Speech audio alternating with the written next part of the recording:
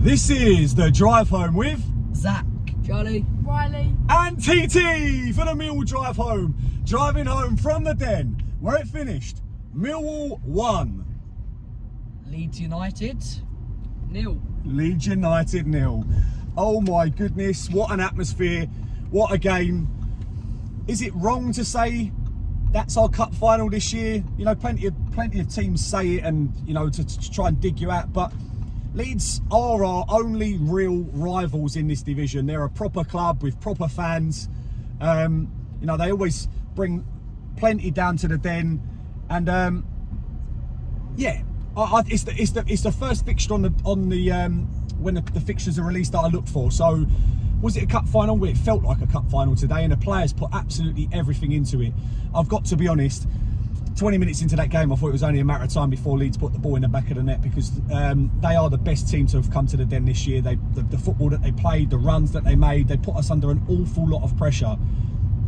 But Neil Harris' teams worked so hard, and we worked, and you know, and as the game went on, it looked less and less likely that Leeds were going to put the ball in the back of the net. If you're here, we're trying to get to 3,000 subscribers. Get yourself to, if you're not subscribed to the Mill Drive Home, get yourself subscribed. Put a like on the video. Let's see if we can get to 250. I know there will be a few Leeds fans watching, and we'll get a bit of stick, but that's what happens. You know, that's part of football, and I don't expect everyone to be nice. It was Riley's first game. So the two boys in the back, Charlie's one of my Lions. He plays in central midfield, and Riley's first ever game. Obviously, Charlie came on Sunday against Burnley, so he's been to two. We've won 1-0 against Burnley and 1-0 against Leeds. So I think we'll make sure that he comes along again. And Riley plays right back, an awesome player. To be fair, he was excellent in training yesterday. Really good, really positive. So yeah, it was first. Riley, what did you think of your first ever football match live, other than the under-21s that we went to see? I thought it was great, and I think that atmosphere is really good, even though the Leeds fans were giving it the big end at the start. Listen, they sung well. They always sing well, and they're a big club. Charlie, what did you think of the atmosphere? Yeah, it was really good. Everyone was really loud. Leeds fans were louder, but it didn't really matter. We still won. Yeah. It was a good place to be. Zac, what did you think, since you actually joined in with the celebrations? It's the best Millwall atmosphere I've seen for a couple of seasons now.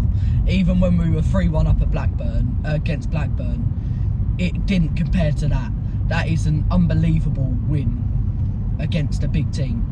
Yeah, against probably the biggest club in the division without a doubt, but also the best team. I thought that they came to the Den. You know, we've still got obviously Sunderland and Sheffield United to play. We haven't played them yet, but the way that they play football, the way they knock the ball around. But anyway, let's move on to the game and break it down. We started off with two changes from Sunday's win against Burnley. Ryan Winsell coming in for Casper Denor. Listen, there was a lot of comments on Twitter and Instagram saying, how can you drop our two best players, Casper Denor and Aziz, were both dropped. And in come Winsell, and in come who came in for? So Winsell came in as the central midfield, and Danny McNamara came in as the left back. You can't argue. Do you know what? They were absolutely, to be fair, 1 to 11. They couldn't have worked anymore. And in the subs, no, we'll go into that. But we had Jensen in goal. The right back was Ryan Leonard. Left back, Danny McNamara. The two centre backs of Japhet Tenganga and Jake Cooper. Absolutely, that back four was immense today. Two central midfielders of Winsell and George Saville. The right midfielder was Romain Esse. Left midfield was Duncan Watmore. Central attacking midfield, we had George Honeyman, who, again, just works so tirelessly. And Langstaff, you know, I keep saying the same thing. They just put a shift in, every single one of them. The game started off very Leeds dominated. Obviously, they dominated possession throughout the entire match, but they were more clinical in terms of creating chances in the first 20 minutes. A couple of really well made moves. Nonto looked like he was, you know, it was going to create. He was creating so much in that first 20 minutes. The ball goes into the box, and again a crossover, and it, you know, to be fair, the shooting from Leeds wasn't great. They put it wide right.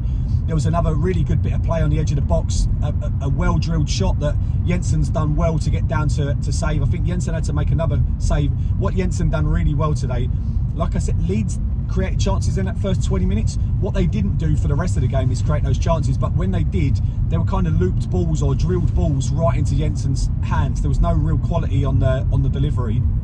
And Jensen's handling was absolutely superb today. A very solid performance. That's back to 4 games in a row where we've won 1-0. And that starts from, you know, the defence working hard, putting themselves on the line, you know, blocks and interceptions. And, you know, the one-on-one defending today from Leonard and Danny Mack was really top quality. Because you're probably talking about the 2 best wingers in the league in Nonto and Dan James. Players that can, you know, have got pace for fun, and they're direct, and they were coming in, and Firpo was taking Leonard away, which meant that sometimes Nonto was going up against Tanganga. We just dealt with it really well after that first 20 minutes, and then, you know, the only way we really looked like scoring, if I'm being completely honest, was from a set piece, and it's something we're very dangerous with. It was an excellent ball in from, I think it was Leonard. It might have been Saville. Yeah, I'd say it was I think it was Leonard.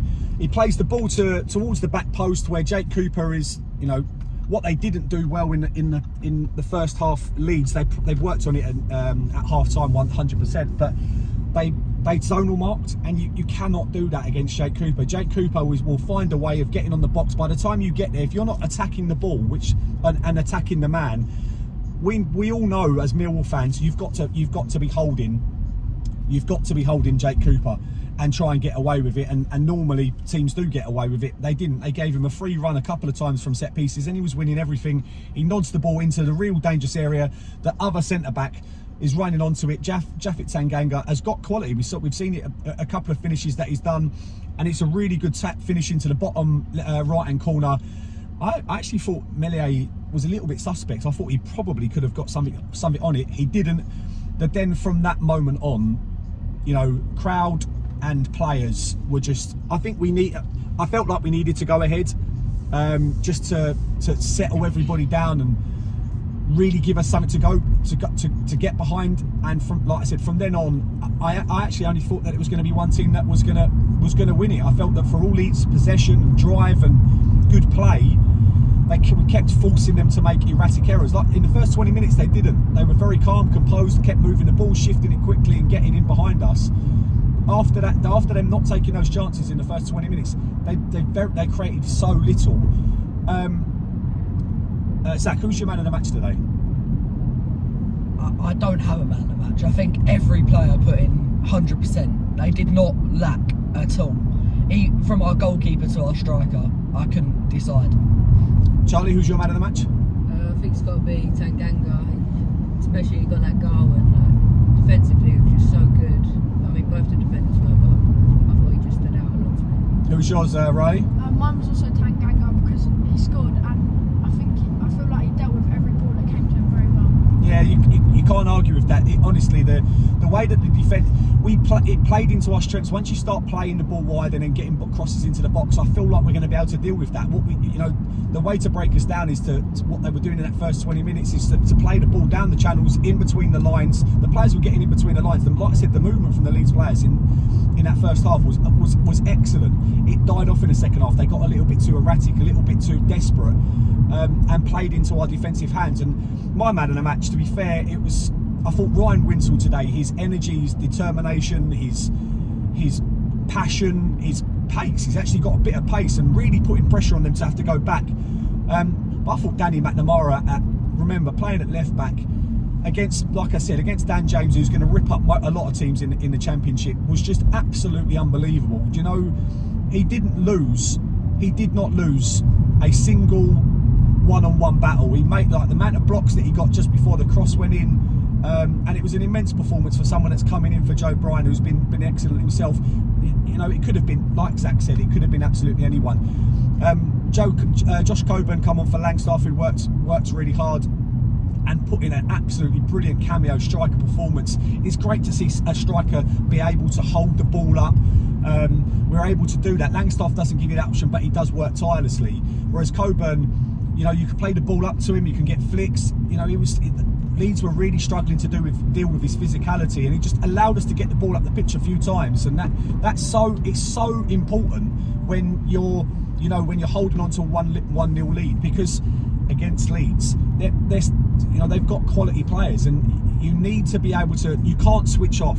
You cannot switch off against that kind of team, and we didn't. Not once did a runner from deep get in behind without one of the midfielders picking them up.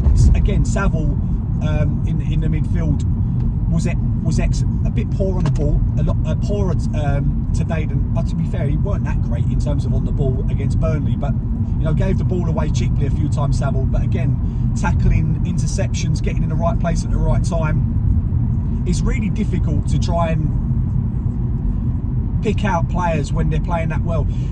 And you know, it's probably time we start talking about what a fantastic manager we've got to get the best out of these players. You know, he's really got on fire, and he's got them playing for the shirt, playing for each other, and that's what a good coach does. You know, tactically very astute in terms of picking. Like I said, they must have worked on picking up those midfield runners, not allowing them to be one-on-one all the time. It got a little bit erratic in that second half, obviously, because you know we were so deep. But it was, Harris has got to take a lot of credit for how defensively astute we are, considering everyone said he was he's an attacking manager in terms of, you know, he's great with the strikers. Can he get a team playing defensive football? But we've just been lights out in terms of defence. Like I said, for 80 minutes, Leeds created very, very few opportunities, very few chances, and that's a real encouraging sign. We are now 5th in the table. You know, home wins, 4 wins on the bounce, beating 2 massive clubs in the Championship. Those players should believe in themselves. Yes, we rely heavily on set pieces. Yes, we rely heavily on our defence. Defence gets you places. Okay, if you can keep a clean sheet, you've got every chance. You're not going to lose a game if you keep a clean sheet. So continue to play that way, and I don't see why we shouldn't be continuing to be in this position. Zac, have you got any thoughts that you want to add to it? We didn't say about their offside goal. Oh yeah, so do you want to talk through it?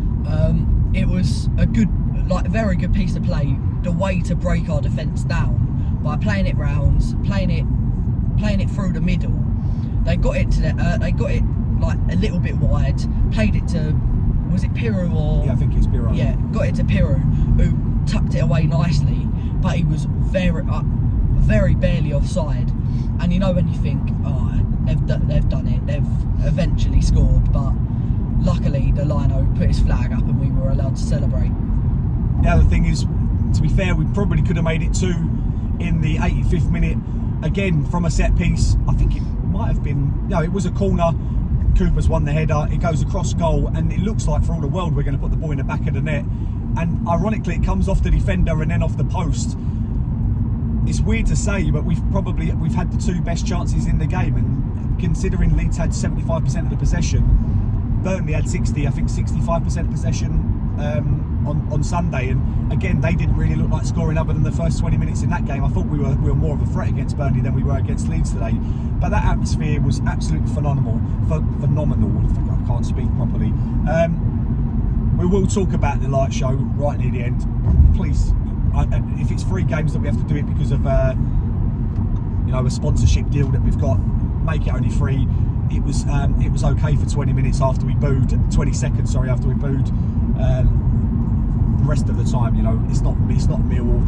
What an atmosphere it was, and it's created by the fans. That's what we want. You know, nothing, you know, plastic. That's not what we do at Millwall. But we'll part with it if we have to, because we've got the nice new floodlights. Boys, is there anything else you want to add? Nothing? Good. We'll leave it there. Thank you very much for watching the Millwall Drive Home. Like I said, if you watched it to the end and you're not subscribed, get yourself subscribed. An unbelievable performance in terms of just hard work, effort and endeavour. Sometimes that's what you need, and as a Millwall fan, that's exactly what we want to see. There's only one way we can end it. No one likes us. We don't care. Yeah!